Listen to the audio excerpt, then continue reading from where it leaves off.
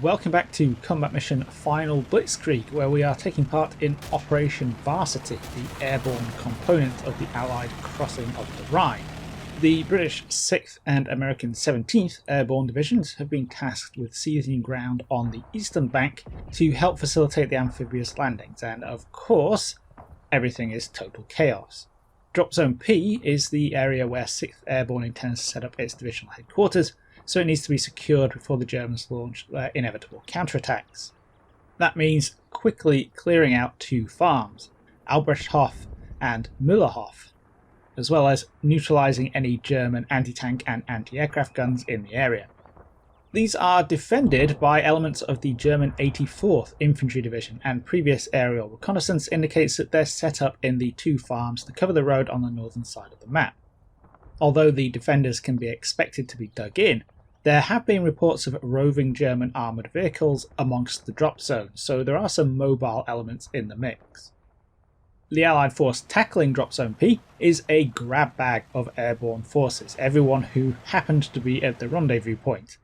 An air landing platoon from the Devonshires, a platoon of glider pilots, a 75mm airborne pack howitzer towed by a jeep, and 3 Locust light tanks, all joined by a very lost American rifle platoon from the 513th Parachute Infantry Regiment that landed in the wrong place. All these units are under strength, having taken casualties on the way in, but the infantry is heavily armed and well experienced, and even if the Locusts are poorly armed and armoured, mobile 37mm guns have a lot of potential in the right circumstances. The attack force is approaching from the southwest with a wood to its north, meaning that our attack is going to line up with the flank of the projected German defence of the farms. There are only 45 minutes on the clock, and the briefing advises against fancy manoeuvring, so I'm going to throw on a straightforward attack against first Müllerhof and then Albrechtshof. This is basically a hasty attack, so I'm not making a detailed plan. I'm going to do this by the seat of my pants. The quick rundown is Americans for the base of fire, British Airborne for the assault element, glider infantry out on the flank for flank protection, and the Locusts and 75mm gun where they're needed. So off go the GIs. The railway line cutting the map in half is on a bit of an embankment, so I can pop them up along the edge to get eyes and fire onto Müllerhof. Of my 3 platoons, the Americans have the most firepower. Semi-automatic rifles standard, backed up by a couple of BARs and an M1919A6 LMG per squad. The platoon also has its own excellent 60mm mortar and, something I haven't used before, an M18 recoilless rifle. They move up to the embankment without incident, unlike the British Airborne trailing behind them. A lucky burst from an MG42 up ahead catches one of them through a tree line and through the corner of the wood. That's given me something to focus in on, at least. Over the course of the next few turns, the Americans move up into their base of fire position and start spotting. The offending MG fire came from a trench line in the square field south of Müllerhof. This is screened by a barbed wire obstacle, and the Germans look to have a detached fire team out in the closest corner, acting as a tripwire. The GIs are all well trained. They're a mix of veteran and crack experience, and it doesn't take them long to neutralise the tripwire team. The flank of Müllerhof is somewhat refused though, and it doesn't exactly look like it's just going to let me roll it up. So backing up the Americans, I have the Locusts, one on the left and the other 2 out on the far right. When I push these forward to try and smother the German trench system with fire, one of the right-hand tanks is quickly knocked out. There's a Pak 40 75mm gun set up in the corner of the tree line on Müllerhof's western edge. Obviously it was originally covering the road bridge off to the north, but the crew have turned it around. Luckily for me, the other 2 Locusts have stayed behind the railway embankment where they escaped notice, and with a prize target like an enemy AT gun revealed, I send a 60mm mortar forward to sort it out. After seeing the German defensive setup, I've refined my plan a little. I was originally going to leave the Americans where they were and get the British Airborne up past their left, attacking across the railway line and the next ploughed field.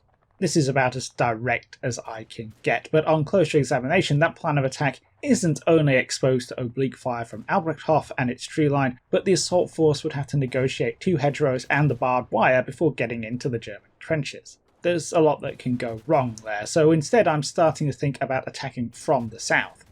The big ploughed field across the railway from the Americans is a touch lower than the other fields, so the tree line separating them offers some cover and concealment. I have one GI squad in hand, out of the firing line, so after blowing a gap in the embankment hedgerow, all the airborne troops here have demo charges, I send a team off to take a closer look.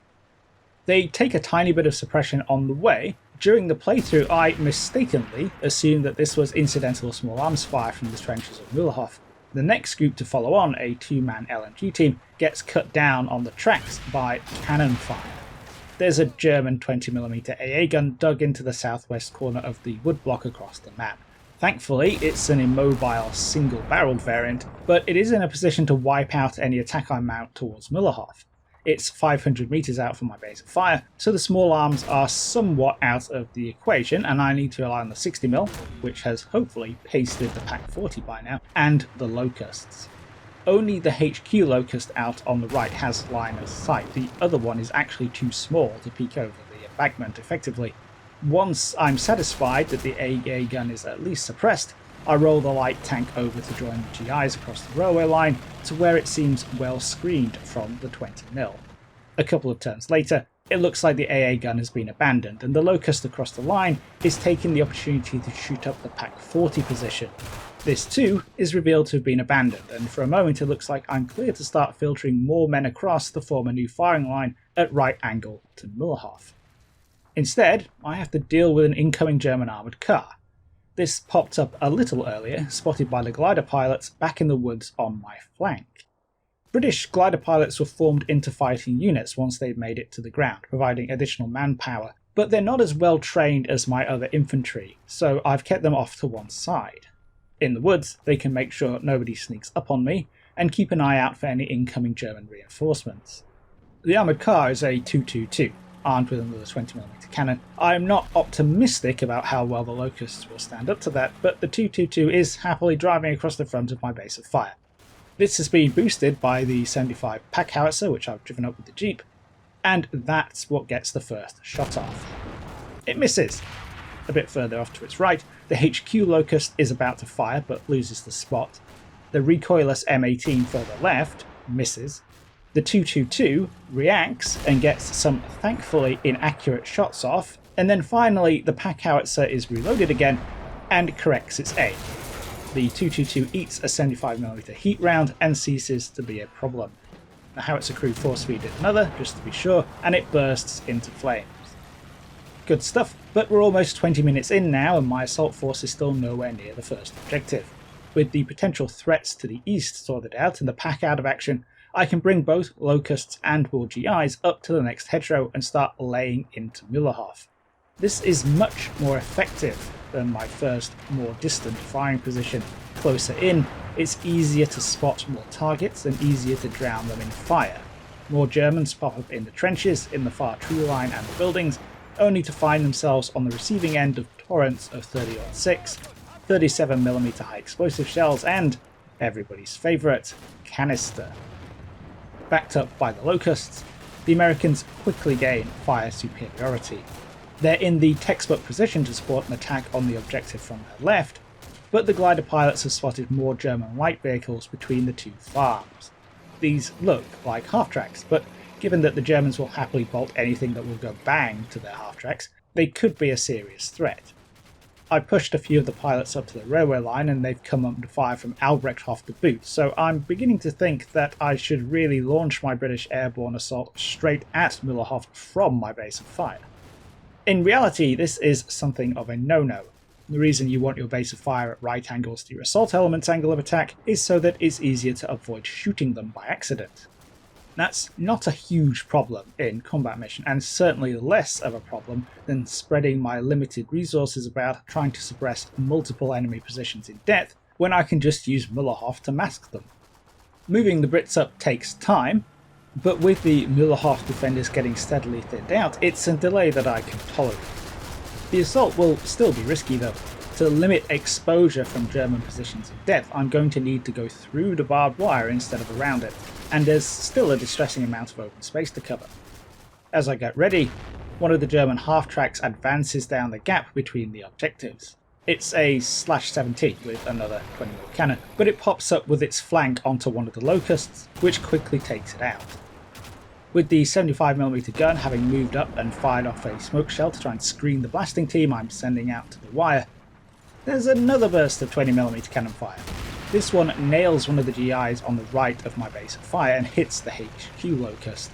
I suspect it only failed to penetrate because it was firing HEI at the infantry and only accidentally winged the light tank, but this new 20mm gun's position on the other corner of the eastern wood block is impossible to ignore. It's flanking the open space between me and the objectives. So I have to hold off on the assault again.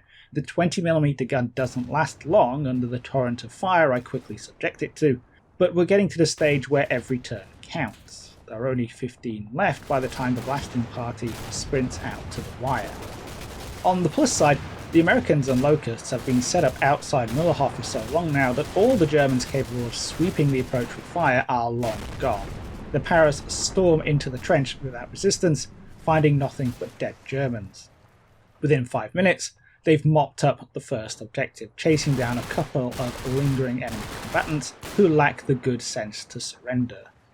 That leaves Albrechthof just across the next field. This should hopefully be an easier nut to crack, although there simply isn't time for the same kind of preparation that Mühlehof got. My impression is that Mühlehof was the Germans' main defensive position. It's much more heavily fortified and housed the Pak 40, which must have been the keystone element of the defence, while Albrechthof doesn't look like it has any trenches or foxholes at all, so it could well be more of a lightly held outpost position. The two remaining half-track contacts in between the farms had gone too. The M18 nailed one of them, and the other drove off somewhere, so the way looks clear.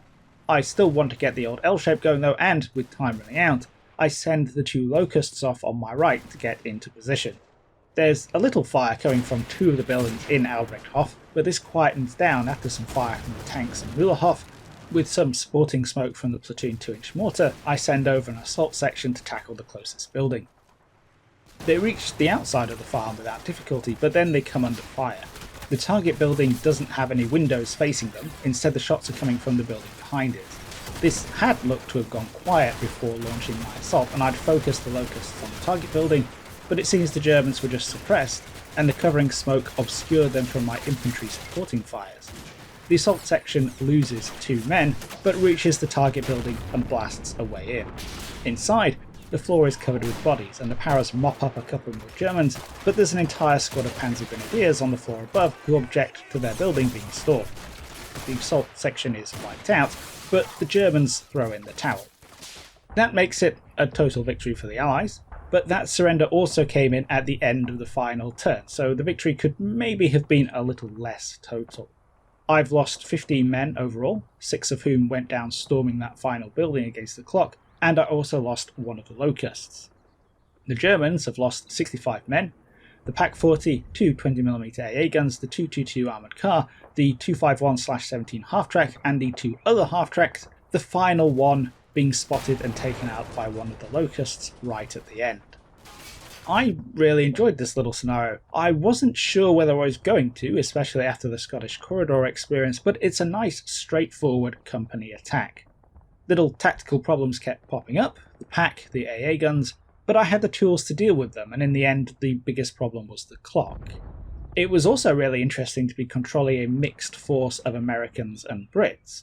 The US Airborne platoon made all the difference as the base of fire, and while the British Airborne might not have shown off their true potential, that was probably entirely because the Americans and Locusts had smacked the opposition around so much by the time they got stuck in. So, hope you all enjoyed this one. All these videos are available on Patreon before they hit YouTube, so if you want to see them early, vote on shorts and take a look behind the scenes, please consider supporting the channel. Whether you do or not, thanks for watching, and I'll catch you in the next video.